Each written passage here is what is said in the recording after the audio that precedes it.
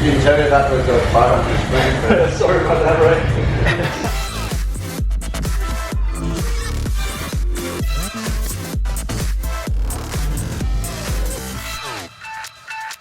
Hey folks, Ray from Rainmaker.com. I'm down here at the Tour Down Under 2018, and I'm in the VirtuGO booth. Now VirtuGO is an online training platform for trainers like you see right here in this booth. So similar in a lot of ways to Zwift, and there's of course a lot of competitors out there. VirtuGO is one app is another, Road Grand Tours is another, that's in this same sort of simulated world environment type game here. And so what I'm going to do is walk you through this platform. It is in beta. You can see over there on the side there's the ability to join up for that beta. They have about 500 users on it right now, but they're looking to more than double that from an invite standpoint in the next couple weeks. So you definitely want to hit up that sign up thing there if you want to get in on this. In a lot of ways, it's kind of like Zwift was, 2 or 3 years ago when it first started out. There's a ton of promise, but it's up to really that next 6 to 12 months to implement some of the features. It is beta, of course, and being beta, there are little quirks. This is a beta of a beta build, so it's like a pre-production beta build. So therefore, you might see a few things in here that you wouldn't normally see on the closer to production builds. So with that, I'm going to walk you through basically all the options on the screen, just so you can kind of get a feel for where things are today. And then I'm going to jump on the bike and show you a little bit of riding. So here we are on the screen itself. This is the PC version. There's also a Mac version, and iOS is something they're looking on doing later on this spring, so probably about 3 or so months away.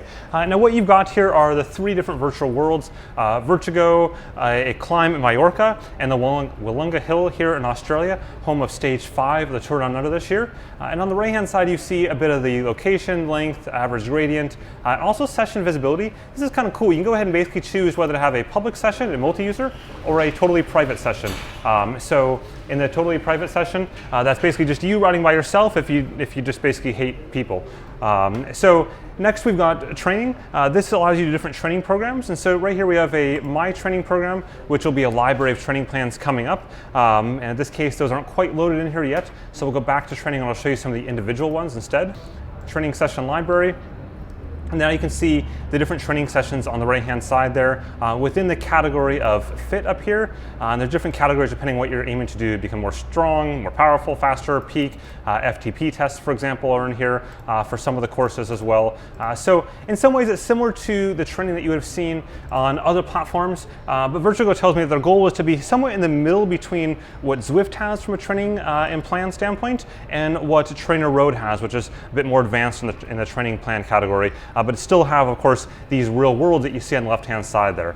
So they're kind of aiming for that middle ground, and I think that actually might work out fairly well for them. Next, you see events up here. There are no events right now. It's something they're working on getting implemented, but that would go there. And then we have my profile. This is where you're going to see my past rides. So one I just did a few minutes ago here, which is why I'm kind of sweaty. And you can see just some of the totals right there on the right-hand side from that report. Achievements here as well. I don't have any achievements, and most of this is kind of beta in the achievement section. Same with ride history and so on. But this import one that you see down at the bottom there, that's actually pretty darn cool. Their goal here is to be able to import in activities from outdoors and have them take into account in your entire training plan. So the idea that you can go outside for a ride with your Garmin or your Wahoo Bolt, whatever you have, and then come back and import those files into the platform here so it can account for it in an overall kind of training analytics standpoint, which is something that really no one else is doing today. It's all indoors or bust, basically. Next, you can dive into weight and FTP for configuration there, same as you see on other platforms. And then we'll go to customization to go ahead and customize the look. So I can first customize my avatar, basically my person. So you can see I can change, my helmet color, for example, jersey, shorts. We'll keep those in orange, keep the whole orange theme going right here. We'll go with some gray socks and then shoes. So there we go. And then we'll go back here, customizing the bike.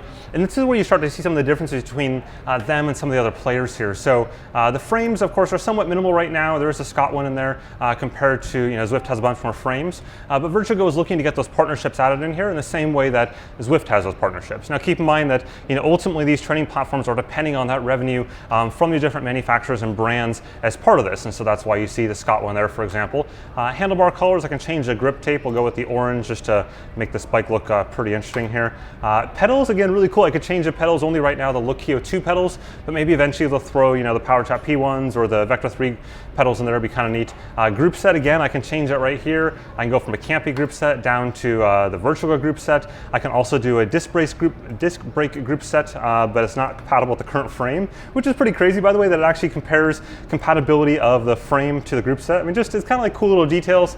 Same with the saddle here. I'll get some little orange touches in that saddle. No, that looks hideous. We'll get the saddle spike instead up here. There we go, that looks a little better. And then again, the wheels here. So you can see a lot of options. Speaking of options, we'll go down to the final options right here. We've got trainer difficulty, video settings for graphics. So you got fastest all the way up to fantastic. This is right now is running on a pretty souped up PC, which is why we're able to do that. Down to audio, and then if you have a problem with it, you can send a ticket right from there. So we're gonna go back into free ride here, and we're gonna load something up. I'm gonna go with the default VirtuGO course. I think, looking at the three of them, it's sort of the prettiest one right now, so I'm just gonna show you that for right now. We're gonna go to session visibility for multi-user, and I'm gonna go ahead and jump on the bike. And just in case you're curious, from a trainer standpoint, these are elite Diretto trainers, or the direct drive trainers. They're actually one of the ones I recommend. It's kind of the best bet for 2017, 2018 trainer season. So here we go, loaded up on the course itself. We'll see if we find any other folks out there. Right now it's just me though. Okay, so here we are riding along. You can see those bots up ahead there. Just as if in other platforms there are these automated computer bots that are floating around. You'll see their current watts a kilogram are listed there, as well as the distance from me. So I can go ahead and I can catch up to them if I wanted to. Right now they're not too far ahead of me. You'll see my wattage and whatnot is up in the upper kind of mid left hand corner there. So I got my wattage, so if I go ahead and just change my gearing a little bit here, we'll catch up to them. There we go. Now it connects via AMP Plus sensors, but Bluetooth smart sensors are coming up.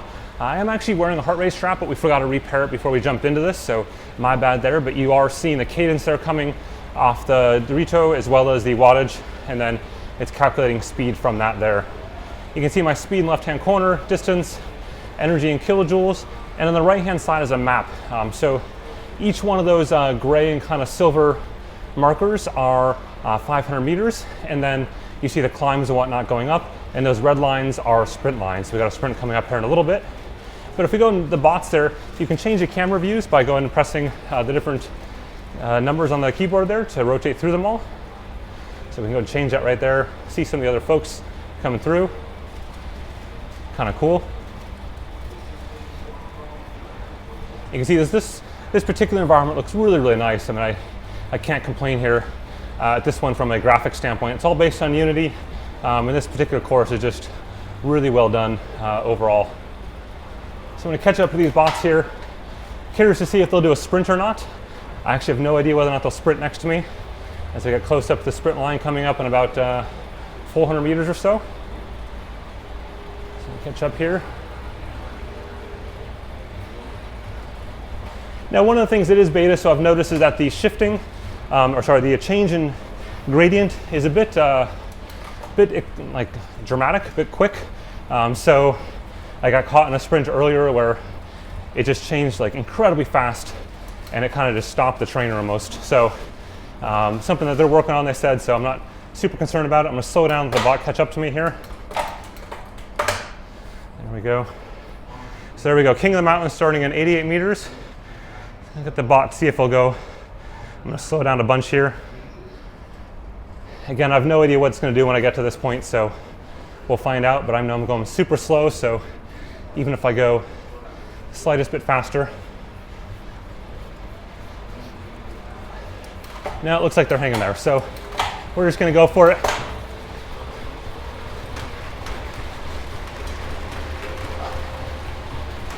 $300 meters, oh. Chose the wrong one to demo. 200 meters. I'm bouncing the entire booth here. What's the climb, 3%? 50 meters. Just in case you're wondering, it's almost 100 degrees in this booth. And that fan isn't doing jack for me, except throwing hot air on me. Okay, so give me 1 second, we'll finish talking about it.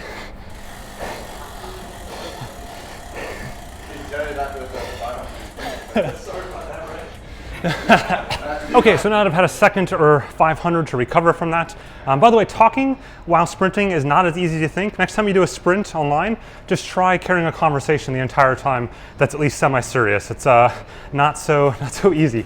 Still, a good place to wrap things up here. Overall, it's pretty cool. I'm impressed. I'm looking right now at some kind of right along the edge of the water, and it looks really, really stunning with just the lake and everything like that. I know some B-roll will show you right now as we do that, but really cool. I think they're definitely on the right path. I think they're probably one of the more advanced ones right now as far as competitors to Zwift goes. And I'd definitely go ahead and hit the sign up screen there, or sign up email address to get kind of stay in the loop on that and give it a shot. Right now it's free, so you really have nothing to lose. If you like it, there you go, you save some bucks on training. And if not, you can go and contribute to kind of what you don't like and tell them so they can improve it. With that, thanks for watching. Go and whack that like button down the bottom if you found this useful, or hit the subscribe button so you got plenty more sports technology goodness on the way. Have a good one.